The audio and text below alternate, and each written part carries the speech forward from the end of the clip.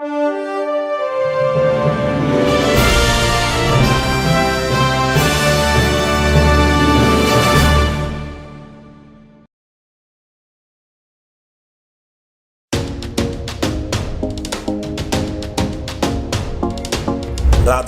अभयारण्य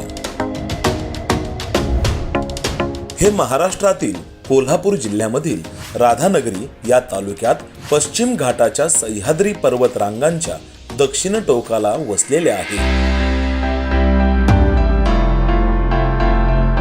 राधानगरी अभयारण्य रानगव्यांसाठी प्रसिद्ध आहे. या अभयारण्याचा समावेश जागतिक वारसा स्थळामध्ये करण्यात आला आहे.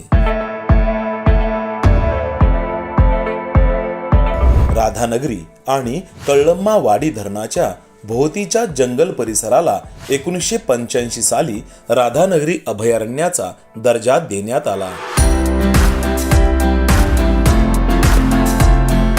हे महाराष्ट्रातील सर्वात पहिले अभयारण्य असून त्यावेळी याला दाजीपूर अभयारण्य असे संबोधण्यात आले होते. निमसदाहरित व पानगळीच्या मिश्र जंगल प्रकारामुळे हे वन असंख्य प्रजातींचे आश्रयस्थान झाले आहे. डोंगरातील दऱ्याखोऱ्यांत घनदाट जंगल, विस्तीर्ण सडे आणि गवताळ कुरणात असंख्य प्रजातीचे वृक्ष, वेली, झुडपे आणि बुरशी आढळून येतात.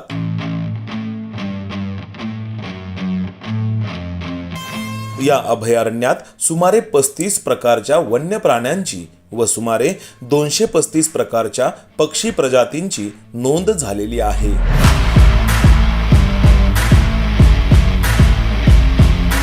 तर या जंगलात सुमारे 1800 प्रकारच्या वनस्पती देखील आढळतात. त्यापैकी सुमारे 1500 पेक्षा जास्त फुलझाडांच्या प्रजाती आहेत. तर सुमारे 300 औषधी वनस्पती येथे आढळतात. येथील घनदाट जंगलांचे पट्टे डंग या नावाने ओळखले जातात. युनेस्कोने 2012 मध्ये राधानगरी अभयारण्याचा जागतिक वारसा यादीत समावेश केलेला आहे.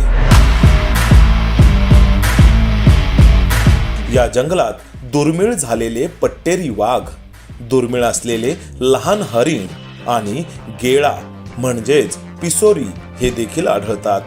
तसेच बिबळ्या, सांबर, भेकर, रानडुक्कर, रानकुत्रा, अस्वल, शेकरू, रानमांजर, ऊद मांजर, ससा, माकड आणि वानर या वन्यजीवांचा अधिवास येथे आढळतो.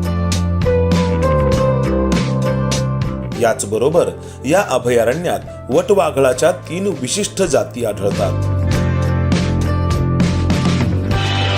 पक्षी निरीक्षणासाठी राधानगरी अभयारण्य हे एक अप्रतिम ठिकाण आहे.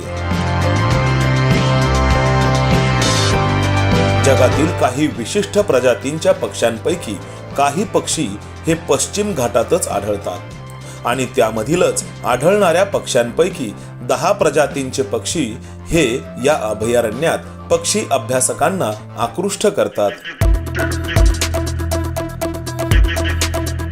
या अभयारण्यातील सांबरकोड, कोकण दर्शन पॉइंट, सावंदे, कळ्ळम्मा वाडी धरण आणि उगवाई देवी मंदिर ही स्थळे पक्षी निरीक्षणासाठी उत्तम आहेत. तर याशिवाय येथे सुमारे 121 प्रजातींच्या फुलपाखरांची नोंद देखील राधानगरीत झाली आहे. सदर्न बर्ड विंग हे भारतातील सर्वात मोठे फुलपाखरू सुमारे 190 मिलीमीटर एवढे असून ग्रास जेवेल हे सर्वात लहान फुलपाखरू सुमारे 15 मिलीमीटर एवढे आहे. हे दोन्ही फुलपाखरू राधानगरी या अभयारण्यात आढळतात.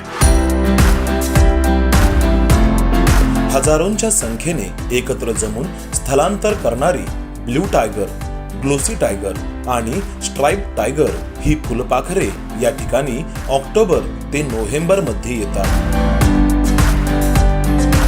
गोवा आणि कर्नाटकाच्या संरक्षित भागाला लागून असलेले हे अभयारण्य ट्रेकर्सच्या पसंतीचे खास ठिकाण बनले आहे. दाजीपूरला शासनाचे रिसॉर्ट देखील आहे.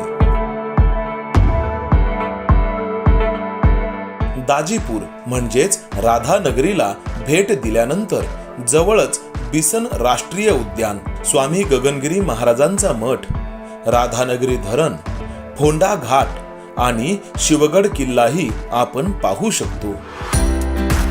महाराष्ट्रातील सर्वात पहिले असलेले हे अभयारण्य अनेक नद्यांनी वेढलेले आहे.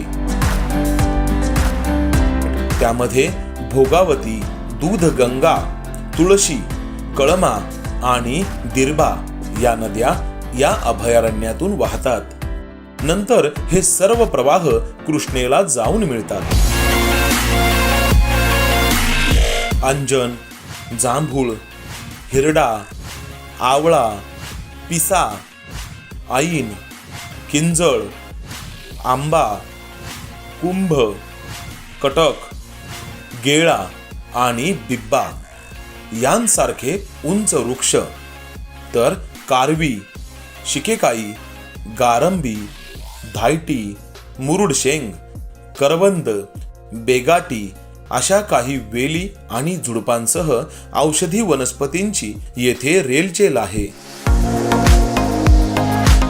या अभयारण्याला भेट देण्याचा सर्वोत्तम कालावधी नोव्हेंबर ते मार्च हा आहे. तर मग कधी जाताय राधानगरी अभयारण्य पाहायला?